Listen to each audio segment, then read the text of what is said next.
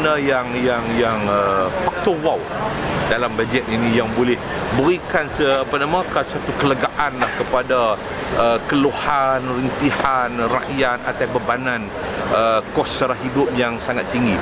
Kalau dilihat hanya pemberian itu bukan satu yang bersifat faktor wow, 500 naik 650 dan sebagainya. Saya anggap bahawa punya belanjawan pada kali ini belanjawan yang macam belanjawan dulu, dan yang mengejutkan hanyalah kenaikan harga gula yang bakal berlaku. Kenaikan harga gula yang bakal berlaku dengan alasan kononnya untuk mempertingkatkan taraf kesihatan, mengurangkan penyakit kencing manis. Tetapi kerajaan tidak pernah pun memberikan angka peratus tentang pengurangan dan penurunan diabetes dalam negara kita bila berlaku kenaikan harga gula.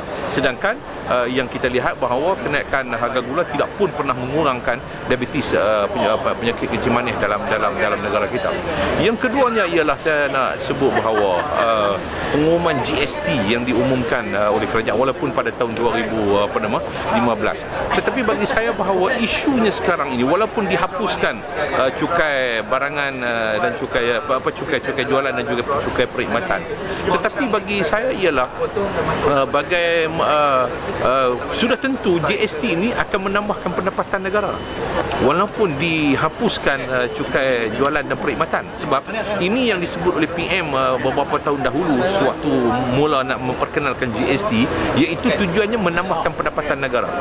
Kerajaan sudah tak mampu lagi menampung pembangunan dalam negara kita ini dengan jumlah pendapatan yang ada. Kerajaan membuat unjuran dalam beberapa bilion yang perlu ada pendapatan kepada negara kita.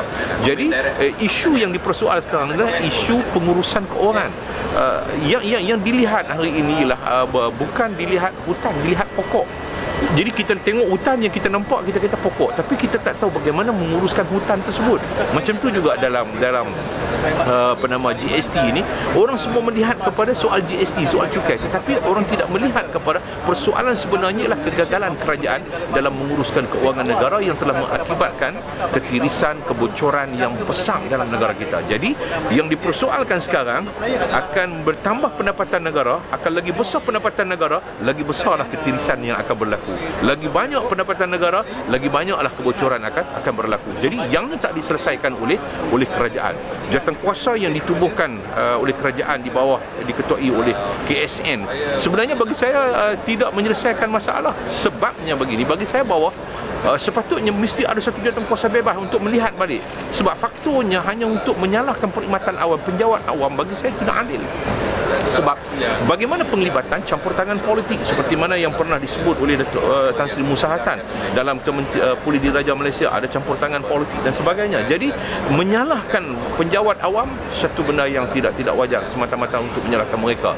Apatah lagi jawatankuasa itu diketuai oleh KSN, sedangkan penjawat awam, ketua penjawat awam ialah KSN.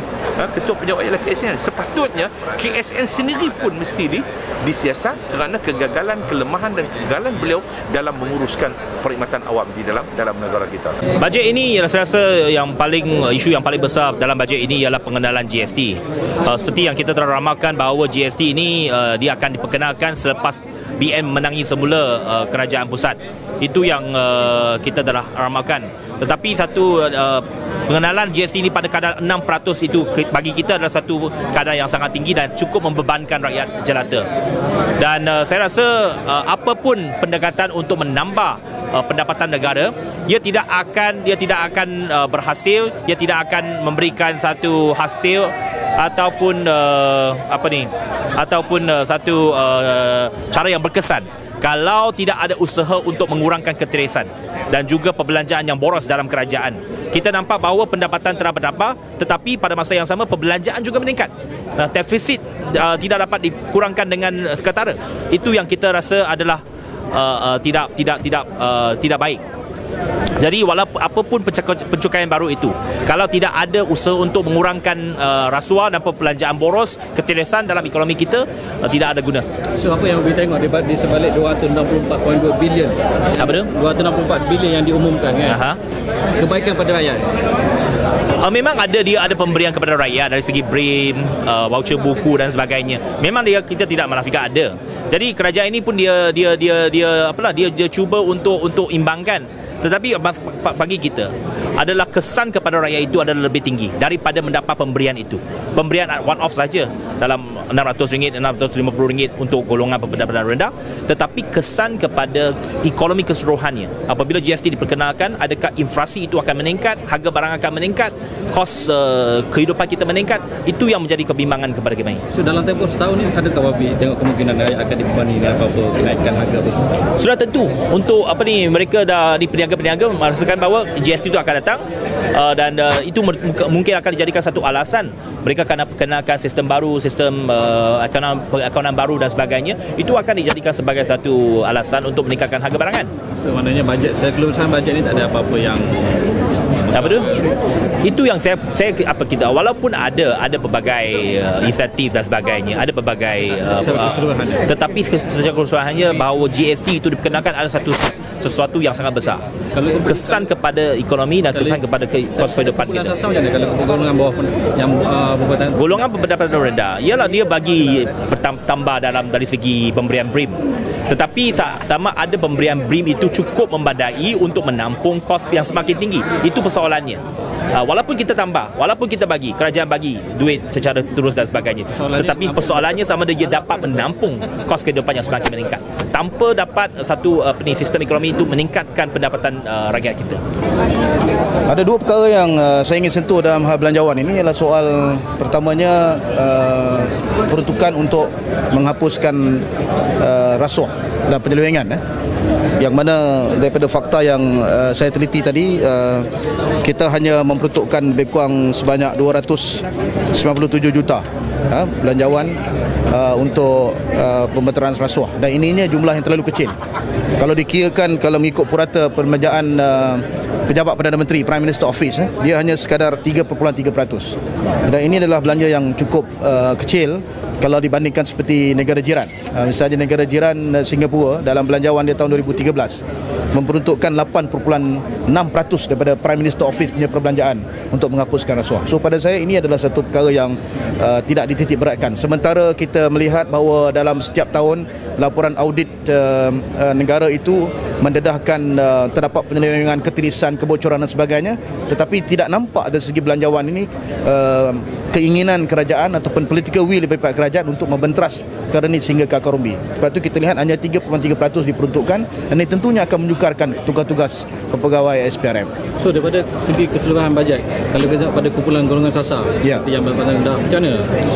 Ya, golongan pendapatan rendah tentunya diberikan lagi dengan peruntukan BRIM, dan ini terpaksa dilakukan oleh kerajaan kerana kerajaan telah pun memulakan perkara ini apabila mereka menjadi sebelum pilihan raya, dan tentunya akan diteruskan selepas pilihan raya. Kalau tidak, dia hanya akan menjadi satu bahan kritikan oleh rakyat.